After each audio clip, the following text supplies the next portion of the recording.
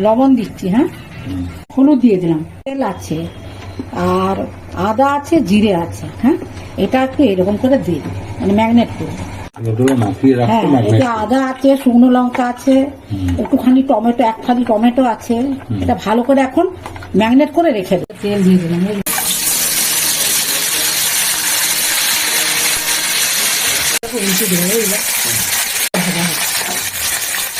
সুন্দর করে লাল করে ভেজে নিয়েছে, ফাটিয়ে দিয়ে দিলাম লঙ্কা, হ্যাঁ, পেঁয়াজ দিয়ে দিলাম, হলুদ দিলাম, মশলাটা দিয়ে দিলাম, একটু ভাজতে ভাজতে সিদ্ধ হয়ে যাচ্ছে। দেখছো, আদা বাটা, একটা টমেটো, বেশি টমেটো সব সিদ্ধ রাখতে পারে। কাশ্মীরি লঙ্কা দিলাম, জিরে গুঁড়া দিলাম, লঙ্কা গুঁড়ো দিলাম, একটু মিষ্টি দিলাম,